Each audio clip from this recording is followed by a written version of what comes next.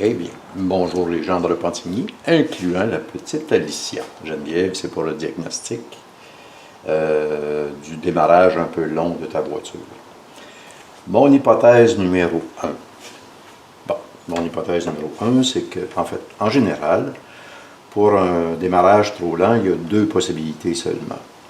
Ou il y a une aspiration d'air, ou il y a pas assez d'essence qui arrive au moteur. On va commencer par une mauvaise aspiration d'air. Donc ici, on a le MAP sensor. Ça m'étonnerait que ça fonctionne mal, sinon tu aurais d'autres symptômes. Le plus probable, c'est la valve de purge. Donc ce que j'enlève ici, c'est le bout de tuyau qui permet d'aspirer les vapeurs d'essence pour les réinjecter dans le moteur.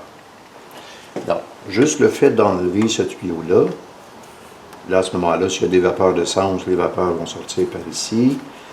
Pour faire en sorte que le démarrage se fasse bien, il faut trouver un moyen de boucher. Il faut trouver un moyen de boucher ce trou-ci. Ça peut être un morceau de caoutchouc, un restant de gamme nitrile. Un restant de gamme nitrile.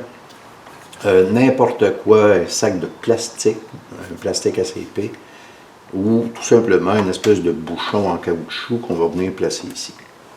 Ça, c'est tout. On peut commencer par faire ce test-là. Deuxièmement, la deuxième possibilité, si ça s'avère que c'est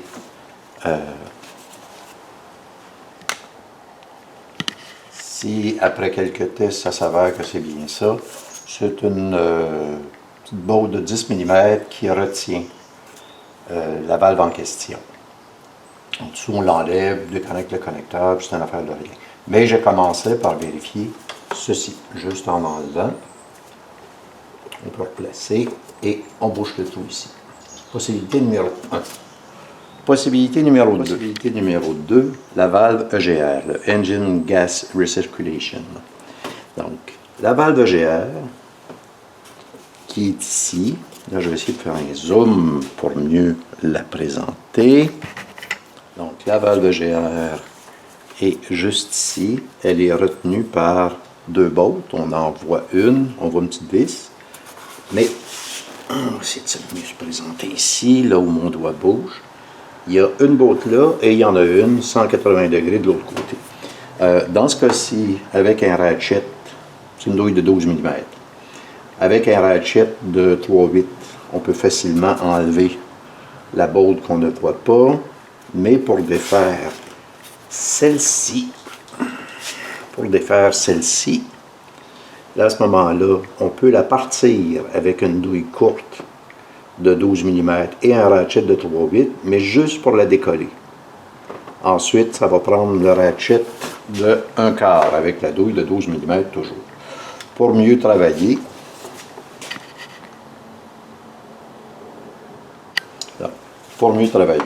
on va enlever toute la tubulure ici.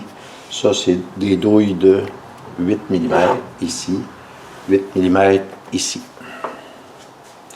L'autre puis ça, une fois enlevé, là, il y a un connecteur qui est assez maudit à enlever, je dirais.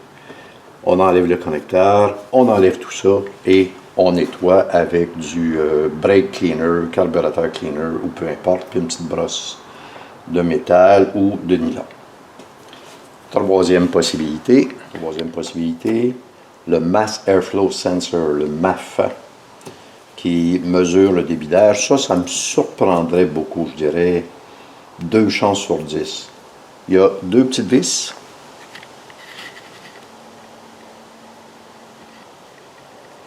Donc, tournevis étoile, une première vis ici, une deuxième vis là, on déconnecte, ça va de soi, et on le nettoie avec encore là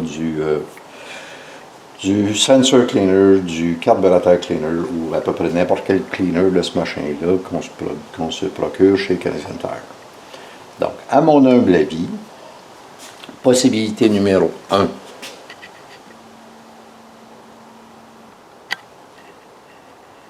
Possibilité numéro 1, la valve de purge des vapeurs d'essence. Possibilité numéro 2, ici la valve EGR et bon, ici la valve de purge, je le mettrais à 4-5 chances sur 10. La valve EGR, pas mal la même chose, entre 4 et 6 chances sur 10 et 2 chances sur 10 pour le dernier ici. On va commencer par ça.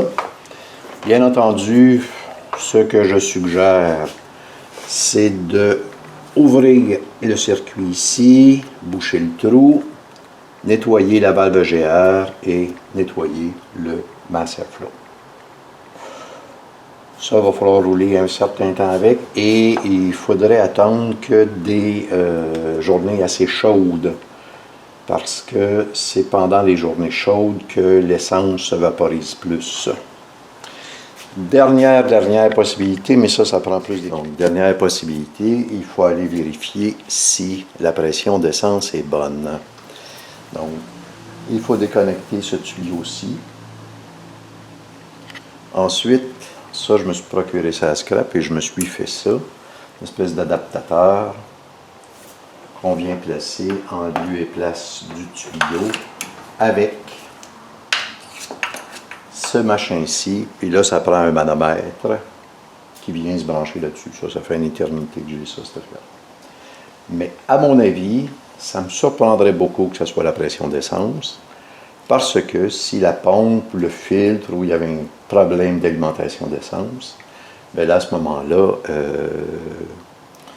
la voiture aurait un ralenti ou des accélérations qui seraient assez boiteuses, assez douteuses. Ça barboterait pas mal, le roulement ne serait pas doux. Donc ça, c'est la dernière possibilité, difficile à faire à la maison. OK. On va commencer par ça.